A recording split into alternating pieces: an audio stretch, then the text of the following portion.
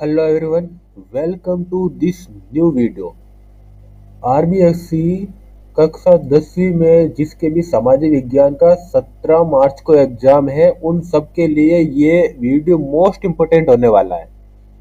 पिछले काफ़ी वीडियोज में काफ़ी ये कमेंट आए थे कि सर ये रियल पेपर है क्या, सर ये रियल पेपर है क्या, सर ये झूठा पेपर है, सर ये ऐसा पेपर है, सर इसमें से क्वेश्चन नहीं आ रहे हैं, सर ये मोस्ट इम्पोर्टेंट पेपर है क्या, सर यही पेपर आएगा क्या।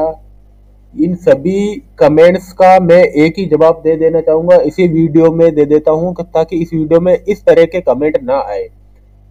ये जो मोस्ट इम्पोर्टेंट पेपर होते हैं ये रियल पेपर नहीं होते, ये सेम पेपर 2025 में आपके नहीं आएंगे। यूट्यूब पर आप कहीं पर भी देख लो, कहीं पर भी नहीं आएंगे, लेकिन इनमें से 70%, 80%, काफी वीडियोज में तो 90% तक पेपर सिमिलर आ जाता है। मोस्ट इम्पोर्टेंट क्योंकि मैंने ये एआई से मोस्ट इम्पोर्टेंट पेपर निकाला है आप सभी के लिए, इसलिए इसमें चांस है 90+% के क्वेश्चन आंसर सिमिलर आने के। ठीक है, तो यहाँ पर ये मोस्ट इम्पोर्टेंट वीडियो होने वाला है। अभी आपके पास टाइम है, मोस्ट इम्पोर्टेंट जितने पेपर सोल्व कर सकते हो उतने सोल्व कर लो ताकि आपको सारे मोस्ट इम्पोर्टेंट क्वेश्चन याद हो जाए। ठीक है, तो अगर आप अच्छे नंबर से पास होना चाहते हो तो 15-20 मिनट से आपको कोई फर्क नहीं पड़ेगा, 15-20 मिनट में आपके most important question paper ready हो रहे हैं। ये वीडियो पूरा जरूर देखना, आपके most important question paper ready हो जाएगा, क्योंकि एआई ने 2025 के लिए ये मोस्ट इंपोर्टेंट पेपर निकाला है जो मैं आपके सामने अभी ला रहा हूँ। वीडियो को पूरा जरूर देखना, अगर अच्छा लगे तो लाइक करना, अगर कुछ भी डाउट हो तो कमेंट में जरूर बता देना। चैनल में अगर नए हो तो चैनल को सब्सक्राइब जरूर कर देना। ठीक है, इस चैनल को सब्सक्राइब जरूर कर देना। तो स्टार्ट करते हैं आज का ये most important question paper. RBSC class 10वीं का जिसका भी एसएसटी का एग्जाम है 2025 का 17 मार्च को, उनके लिए ये मोस्ट इम्पोर्टेंट पेपर है। इसमें आपको 3.25 घंटे का टाइम मिलता है। 80 नंबर का ये पेपर होने वाला है आपका। इसमें आपको निर्देश मिलते हैं, सभी प्रश्न अनिवार्य है। प्रत्येक प्रश्न के उत्तर निर्धारित समय सीमा में दे। प्रश्न संख्या 14 से 20 में आंतरिक विकल्प है। ठीक है, ये सारा कुछ एआई ने निकाल के दिया है। मोस्ट इम्पोर्टेंट पेपर है, फिर से बता रहा हूँ, इस पेपर में बिल्कुल भी मत चूकना। केवल 15 से 20 मिनट लगेंगे, पूरा पेपर सोल्व कर लोगे, मोस्ट इम्पोर्टेंट प्रश्न याद हो जाएंगे आपको। ठीक है, एकदम रिलीफ माइंड करके ये पूरा पेपर एक बार सोल्व कर लेना। एक बार में याद ना हो तो 3 बार 4 बार ये पूरा वीडियो देख लेना, याद जरूर कर लेना। 2-3 बार तो आपको ये वीडियो जरूर से देख लेना, क्योंकि 90+% पेपर क्वेश्चन इसमें से आने वाले हैं। इसमें आते हैं सबसे पहले खंड ए, जिसमें एबीसीडी आते हैं, बहुविकल्पिक प्रश्न, जो कि 1 नंबर का हर प्रश्न होता है, एक नंबर का प्रश्न इंपोर्टेंट होता है। ठीक है, यहाँ पर आपको दिया हुआ है 1834 में जोल्वेरिन कस्टम संघ किस देश में स्थापित हुआ था? ये किस देश में स्थापित हुआ था? ये बे प्रसा में स्थापित हुआ था। 1834 में जोल्वेरिन कस्टम संघ किस देश में स्थापित हुआ था? ये प्रसा देश में स्थापित हुआ था। ठीक है, दूसरा क्वेश्चन, भारत में मुख्य रूप से काली मिट्टी किस राज्य में पाई जाती है? ये एकदम इजी क्वेश्चन है। यहाँ पर है बे महाराष्ट्र में मुख्य रूप से काली मिट्टी पाई जाती है, काली मिट्टी भारत में। ठीक है, यहाँ पर याद रखना, भारत में पूछा है, राजस्थान में नहीं पूछा, ना किसी और राज्य का पूछा, ये देश का पूछा है। मुख्य रूप से काली मिट्टी भारत में महाराष्ट्र में पाई जाती है। ठीक है, भारतीय वन्य जीव संरक्षण अधिनियम कब लागू किया गया था? Most important, most easy question है ये। यहाँ पर है से 1972 में 1972 में ये वन्य जीव संरक्षण अधिनियम लागू किया गया था। ठीक है, अगला क्वेश्चन आते हैं, भारत में सबसे महत्वपूर्ण परिवहन साधन कौन सा है? ये पूरी पीडीएफ आपको मिल जाएगी, लास्ट तक बने रहे वीडियो में। ठीक है, भारत में सबसे महत्वपूर्ण परिवहन साधन इनमें से कौन सा है? सड़क परिवहन दे, यहाँ पे ये सही है, सड़क परिवहन। ठीक है, प्रथम विश्व युद्ध 1914 में जो लड़ा गया था में मित्र राष्ट्रों के खेमे में कौन शामिल नहीं था? इनमें से कौन सा देश है जो शामिल नहीं था प्रथम विश्व युद्ध में? जर्मनी। जर्मनी मोस्ट इंपोर्टेंट, याद रख लेना। ठीक है। खंड बे में आते हैं, खंड बे में रिक्त स्थान बढ़े। एक एक अंक का ये क्वेश्चन पेपर मोस्ट इंपोर्टेंट होने वाला है। ठीक है।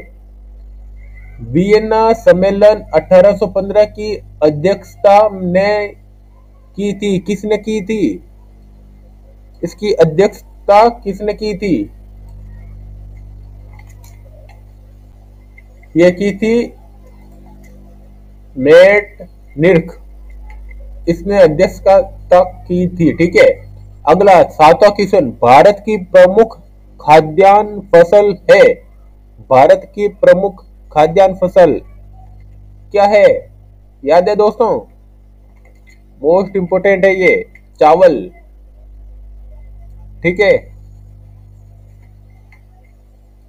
8वां क्वेश्चन, किसी वस्तु का प्राकृतिक संसाधन से उत्पादन खालिस्तान क्षेत्र की गतिविधि है। कौन से क्षेत्र की गतिविधि है ये? प्राथमिक क्षेत्र, द्वितीय क्षेत्र, कौन सा क्षेत्र? यहां पे आंसर आएगा खालिस्तान में प्राथमिक। ठीक है। अगला 9वां क्वेश्चन, लोकतंत्र का सही अर्थ है द्वारा शासन। किसके द्वारा शासन? लोकतंत्र का सही अर्थ क्या है? लोक यानी जनता, तंत्र यानी शासन, द्वारा शासन। किसके द्वारा? जनता के द्वारा शासन। एकदम इजी। ठीक है। लोकतंत्र, राजतंत्र और लोकतंत्र। ठीक है। 10वां क्वेश्चन, किसके अंतरराष्ट्रीय व्यापार को उदार बनाने वाली संस्था है? कौन सी संस्था है जो अंतरराष्ट्रीय व्यापार को उदार बनाने वाली संस्था है? कौन सी है? याद है? WTO। WTO फुल फॉर्म क्या है इसकी? हिंदी में फुल फॉर्म क्या है WTO की? विश्व व्यापार संगठन। ठीक है। मोस्ट इंपोर्टेंट क्वेश्चन है ये। खंड से में आते हैं।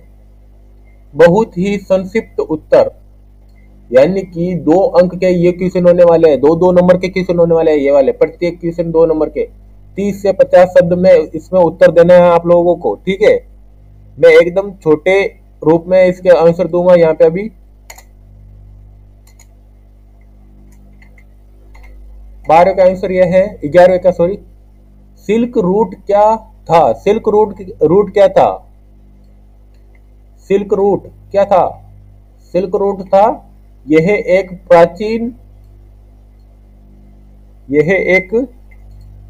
प्राचीन व्यापार मार्ग था जो चीन से यूरोप तक फैला हुआ था। इसका उपयोग रेशम, मसालों और अन्य वस्तुओं के व्यापार के लिए किया जाता था। ठीक है। अगला क्वेश्चन, अगला आंसर 12वां, भारत की एक खाद्य फसल का नाम लिखें और बताएं कि यह कहां उगाई जाती है। भारत की एक खाद्य फसल, आप किसी भी खाद्य फसल का नाम ले सकते हैं। यहाँ पे मैं लेता हूं फॉर एग्जाम्पल गेहूं। ठीक है, गेहूं का नाम, और ये भी बताना है कि ये कहां उगाई जाती है। ठीक है। यह उत्तर प्रदेश, पंजाब और हरियाणा में मुख्य रूप से उगाया जाता है गेहूं। ठीक है। अगला 13वां क्वेश्चन, मोस्ट इंपोर्टेंट क्वेश्चन है ये। सत्ता के बंटवारे की 2 विशेषताएं लिखिए। इसकी 2 विशेषताएं लिखनी है सत्ता के बंटवारे की। ठीक है। आंसर है सत्ता का बंटवारा, इसकी 2 विशेषताएं हैं। यह लोकतंत्र को मजबूत करता है, इससे तानाशाही प्रवृत्ति पर नियंत्रण रहता है।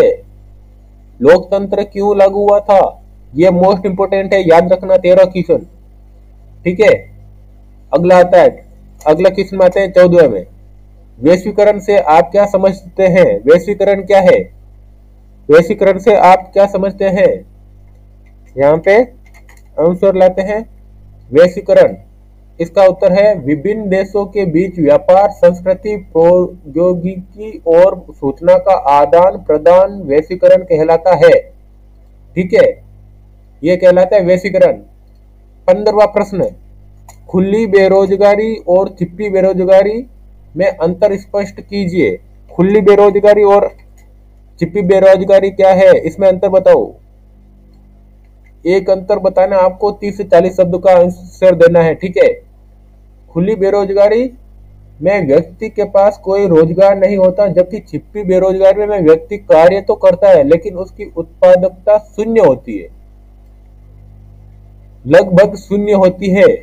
ठीक है, छुपी बेरोजगारी में, खुली बेरोजगारी और छुपी बेरोजगारी, जिसमें व्यक्ति कोई काम तो करता है लेकिन उसमें उसका उत्पादन या जो सैलरी होती है वो शून्य के बराबर होती है।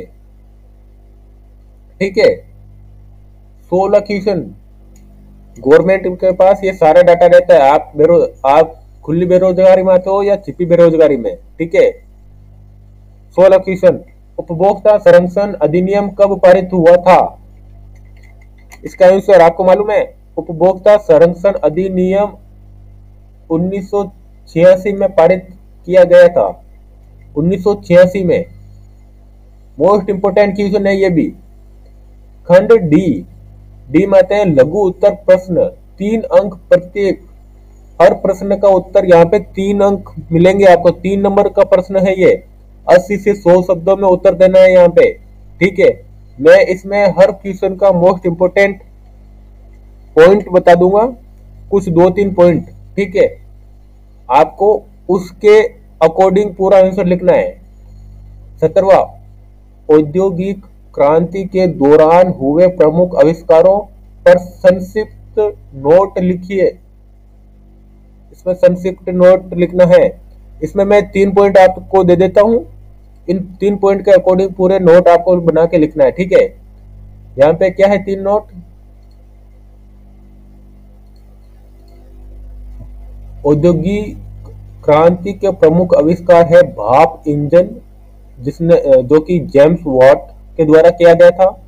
सूत काटने की मशीन, जो कि स्पिनिंग जेनी के द्वारा किया गया था। बिजली और टेलीग्राफ, जो कि माइकल फेराडे के द्वारा किया गया था। ठीक है, 18वां प्रश्न आते हैं। 18 प्रश्न में भारत में संघीय व्यवस्था की समीक्षा करें। भारत में संघीय व्यवस्था की समीक्षा करना है। ठीक है, भारत में संघीय व्यवस्था की समीक्षा, यहाँ पे देख लो मोस्ट इंपोर्टेंट पॉइंट है, याद रखना। भारत में संघीय व्यवस्था की समीक्षा यह है, भारत में केंद्रीय और राज्य सरकारों के बीच शक्तियों का विभाजन है। संविधान की 7वीं अनुसूची में 3 सूचियां दी गई है, संघ सूची, राज्य सूची, समवर्ती सूची। भारतीय संघवाद में लचीलापन है और यह समय के अनुसार बदलता है। ठीक है, मोस्ट इंपोर्टेंट है। ठीक है, 19वां प्रश्न, मुद्रा विनिमय का माध्यम कैसे है, उदाहरण सहित समझाइए। मुद्रा जो है वो विनिमय का माध्यम कैसे है, ये उदाहरण सहित आपको समझाना है। इसमें भी मैं आपको 2 पॉइंट दे देता हूं। ठीक है, याद रखना है ये सारे क्वेश्चन के आंसर आपको कम से कम 80 से 100 पेज में, यानी 80 से 100 वर्ड में, यानी कि आपको आधे से ज्यादा पेपर, एक पेपर में आधे से ज्यादा पेपर आपको इस एक क्वेश्चन में लगाना है। पूरा एक पैराग्राफ रूप में भी लिख सकते हो, पॉइंट टू पॉइंट बनाकर भी लिख सकते हो। पॉइंट टू पॉइंट बनाओगे तो अच्छे नंबर मिलेंगे। ठीक है, कोई नंबर काट नहीं पाएगा। मुद्रा विनिमय का माध्यम, पहले वस्तु विनिमय प्रणाली प्रचलित थी जिसमें वस्तुओं का आदान प्रदान होता था। दूसरा है, मुद्रा के आगमन से व्यापार आसान हुआ और अब डिजिटल भुगतान भी प्रचलित हो गया है। ये मोस्ट इंपोर्टेंट है, याद रखना। ठीक है, अगला आते हैं, भारत में वर्षा जल संचयन के 2 प्रमुख तरीके बताओ। भारत में वर्षा जल संचयन के 2 प्रमुख तरीके क्या हो सकते हैं, याद है आपको? अगर याद नहीं है तो ये वीडियो 2 से 3 बार पूरा देखो, याद करना आपके लिए मोस्ट इंपोर्टेंट है। अभी पहला है छत से जल संचयन, वर्षा के पानी को टैंकों में संग्रहित, यानी कि टांकों में, हमारे मारवाड़ी में बोला जाता है टांकों में, टैंकों में संग्रहित या टांकों में संग्रहित किया जाता है। चेक डैम, छोटे बांध बनाए जाते हैं जिससे भूजल पुनर्भरण होता है, भूजल का स्टोर किया जाता है चेक डैम के द्वारा। ठीक है, नेक्स्ट क्वेश्चन, यहाँ पे ये पूरी पीडीएफ आपको मिल जाएगी उत्तर के साथ में। अगला है दीर्घ उत्तर प्रश्न, 4 अंक प्रत्येक प्रश्न के यहाँ पे है। 4 प्रश्नों के उत्तर है 200 से 250 शब्द में, यानी कि कम से कम आपको 1.5 से 2 पेज यहाँ पे पूरे भरने हैं। आपको 2 पेज का आंसर लिखना है, एक आंसर के 2 पेज करने हैं। यहाँ पे मोस्ट इंपोर्टेंट पॉइंट में लिख रहा हूँ, ठीक है, नहीं तो ये पूरी पूरी पीडीएफ बहुत बड़ी हो जाएगी, कोई भी पढ़ेगा नहीं। सबको यहाँ पे पढ़ने के लिए मोस्ट इंपोर्टेंट पॉइंट लगा रहा हूँ मैं, ठीक है। अगर आपको चाहिए कि पूरा एक इन सारे क्वेश्चन का विस्तृत उत्तर देना हो तो मुझे कमेंट में जरूर करना, कमेंट में बताना जरूर। मैं इसका विस्तृत उत्तर के साथ में पीडीएफ बना के आपको दे दूंगा। ये पीडीएफ तो आपको मिल ही जाएगी, वो पूरा एकदम विस्तार से उत्तर के साथ में आपको पीडीएफ और दे दूंगा, ठीक है। तो पहला है सविनय अवज्ञा आंदोलन का विस्तृत वर्णन कीजिए। सविनय अवज्ञा आंदोलन ये कब हुआ था, सबसे पहले तो ये बताओ, याद है किसी को? सविनय अवज्ञा आंदोलन ये हुआ था 1930 में, 1930 में हुआ था। यह महात्मा गांधी द्वारा चलाया गया आंदोलन था। 12 मार्च 1930 को महात्मा गांधी ने दांडी यात्रा शुरू की थी। लोगों ने ब्रिटिश कानूनों का उल्लंघन किया और स्वदेशी वस्त्रों का बहिष्कार किया। स्वदेशी ने विदेशी वस्त्रों का बहिष्कार किया। इसका परिणाम गांधी इरविन समझौते के रूप में सामने आया। गांधी और इरविन जो कि अंग्रेजों का एक लीडर था, इरविन, गांधी जी और इरविन के समझौते के रूप में सामने आया इसका परिणाम, ठीक है। अथवा में आपको पूछा गया भारत में राष्ट्रवाद के उदय के कारणों पर एक निबंध लिखिए, ठीक है। यहाँ पे एक निबंध लिखना है। इसमें निबंध के मेन पॉइंट में आपको दे देता हूँ, बता देता हूँ। भारत में राष्ट्रवाद के उदय के कारण ब्रिटिश शासन की नीतियां, सामाजिक और सांस्कृतिक पुनर्जागरण, प्रेस और शिक्षा का योगदान, 1857 की क्रांति का प्रभाव। 1857 की क्रांति मोस्ट इंपोर्टेंट है, ठीक है, याद रखना। इसमें शायद ना पूछा गया हो लेकिन ये मोस्ट इंपोर्टेंट है, आपके आ सकती है। 1857 की क्रांति हर बार पूछी जाती है, ठीक है। लोकतंत्र में राजनीति दलों की भूमिका की व्याख्या कीजिए। 22वां क्वेश्चन है, लोकतंत्र में राजनीतिक दलों की भूमिका की व्याख्या करना है यहाँ पर, ठीक है। तो इसका आंसर होगा, मैं पॉइंट में आंसर लिख देता हूं इस पीडीएफ में। ये शॉर्ट पीडीएफ बना रहा हूं मैं ओनली आपके लिए, ठीक है। लोकतंत्र में राजनीतिक दलों की भूमिका, यह सरकार बनाने और नीति निर्धारण में मदद करते हैं, चुनावों में भाग लेते हैं और जनता की आवाज बनते हैं, सरकार की आलोचना करके लोकतंत्र को संतुलित रखते हैं, ठीक है। सरकार की आलोचना करके लोकतंत्र को संतुलित रखते हैं। लोकतंत्र में राजनीतिक दलों की भूमिका, ठीक है। अथवा में आपको क्या पूछा गया है, राजनीतिक दलों के कार्यों की व्याख्या करें। राजनीतिक दलों के कार्यों की व्याख्या करना है आपको। यहाँ पे ये राजनीतिक दलों की कार्य की व्याख्या, जनमत निर्माण करना, सरकार चलाना और प्रशासन में सहयोग करना, विपक्ष की भूमिका निभाना, ठीक है। ये मोस्ट इंपोर्टेंट है, अथवा में पूछा गया है। ये आपके 4 नंबर का प्रश्न है, ठीक है। अगला प्रश्न और लास्ट प्रश्न मोस्ट इंपोर्टेंट, जो कि हर बार आता है और आएगा ही, कंफर्म है, ठीक है। इसमें निम्नलिखित क्षेत्रों को भारत के मानचित्र में दर्शाइए। भारत के मानचित्र में आपको मुंबई हाई, अंकलेश्वर, दिग्बोई, ठीक है, बसीम, इन सबको दर्शाना है। अथवा में पूछा गया है यहाँ पे निम्नलिखित लोहे अयस्क निर्यातक बंदरगाहों को भारत के मानचित्र में दर्शाइए। मर्मगांव, मंगलूर, पारादीप, विशाखापट्टनम, इनको भी दर्शाना है।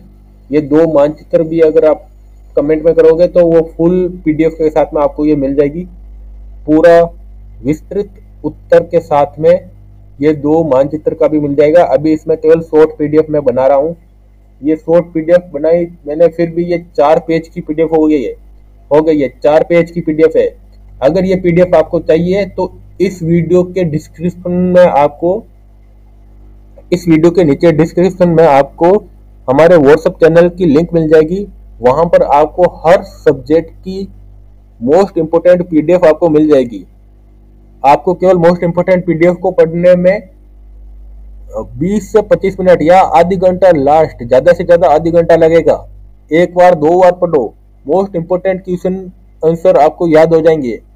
आपको ये सारी पीडीएफ फ्री ऑफ कॉस्ट मिलेगी, एक भी रुपया चार्ज नहीं करना है। केवल हमारे व्हाट्सएप चैनल को ज्वाइन करना है और उसमें आपको सारी पीडीएफ की अपडेट मिल जाएगी टाइम टू टाइम, ठीक है। 17 मार्च का मोस्ट इंपोर्टेंट पेपर होने वाला है सामाजिक विज्ञान का 10वीं क्लास आरबीएससी का 2025 में। ये जो मोस्ट इंपोर्टेंट पेपर मैंने निकाला है 2025 का मॉडल पेपर और पिछले 5 साल के वार्षिक परीक्षा के पेपर से मैंने मोस्ट इंपोर्टेंट पेपर निकाला है। ये 2025 के मॉडल पेपर से भी मोस्ट इंपोर्टेंट पेपर है यहाँ पे, ठीक है। ये एआई ने निकाला है, एआई जनरेटेड पेपर है, मोस्ट इंपोर्टेंट, याद रखना। बार बार बोल रहा हूं, मोस्ट इंपोर्टेंट है, याद रखना ये, ठीक है। तो इस वीडियो को लाइक कर देना, जितने भी लोग हैं सब लोग चैनल को सब्सक्राइब कर देना। चैनल का सब्सक्राइब रेट अभी बहुत ज्यादा कम है, only for 8.7% he channel subscriber है।